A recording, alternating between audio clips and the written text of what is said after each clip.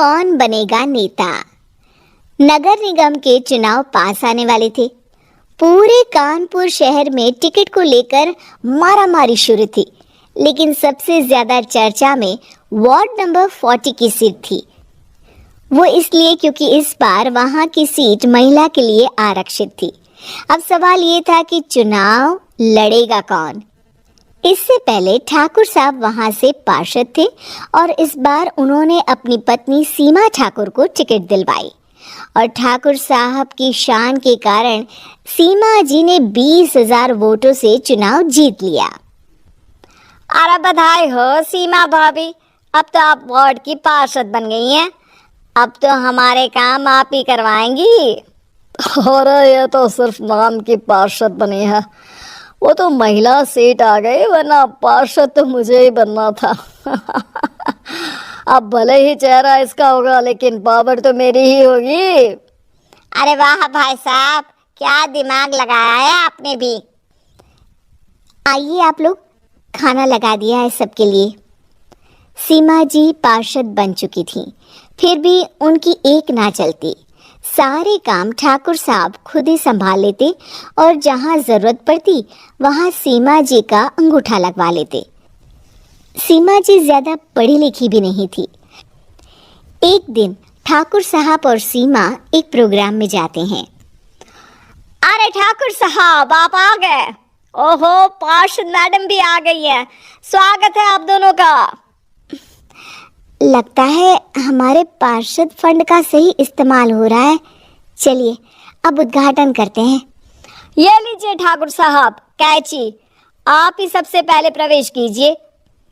सब लोग आगे निकल जाते हैं और सीमा जी पार्षद होने के बावजूद भी पीछे खड़ी रह जाती हैं।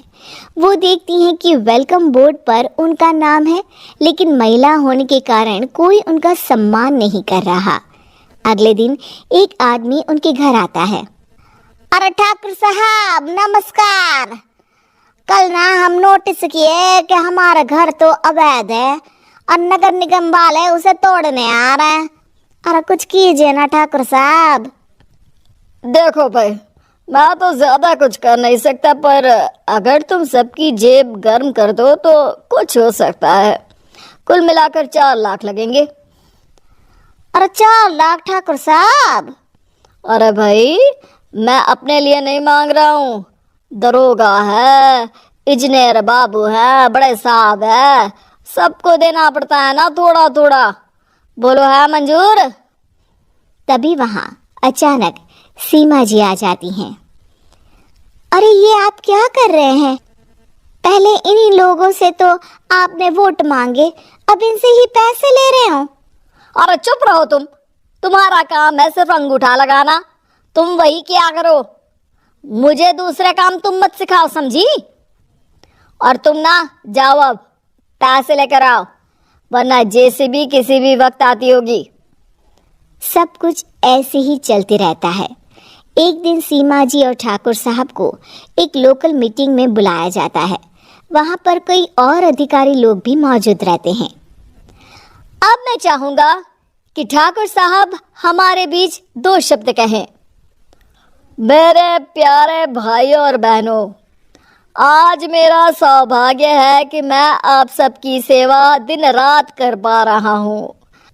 आपने मेरी पत्नी को भारी मतों से जिताया है, इसलिए मैं आप सभी का शुक्रगुजार हूँ। मैं आप सबसे वादा करता हूँ कि हमेशा की तरह हमारे वार्ड में किसी को कोई तकलीफ नहीं आने दूंगा। सभी लोग तालियां बजाने लगते हैं।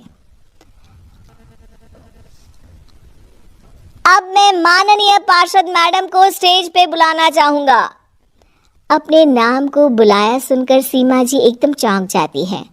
उन्हें बिल्कुल उम्मीद नहीं थी कि इतनी बड़ी जगह उन्हें मंच पर बुलाया जाएगा।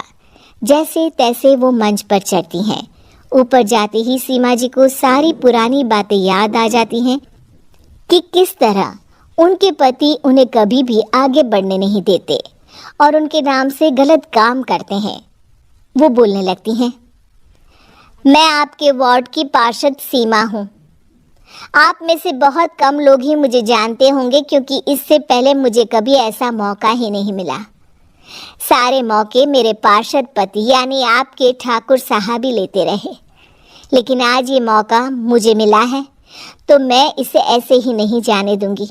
मैं आपको ये बताना चाहती हूँ कि आपके ठाकुर साहब मेरे नाम की आड़ में गैर कानूनी काम करते हैं, जिस पर अंगूठों के निशान मेरे होते थे।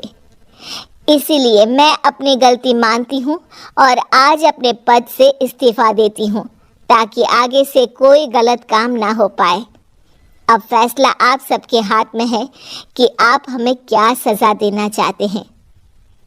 सीमा जी की बातें सुनकर ठाकुर साहब के चेहरे का रंग उड़ जाता है और वो शर्म से मुंह नीचा करके वहां से चले जाते हैं और पद से इस्तीफा देकर ही सही सीमा जी अपने आप में आत्मविश्वास महसूस करती।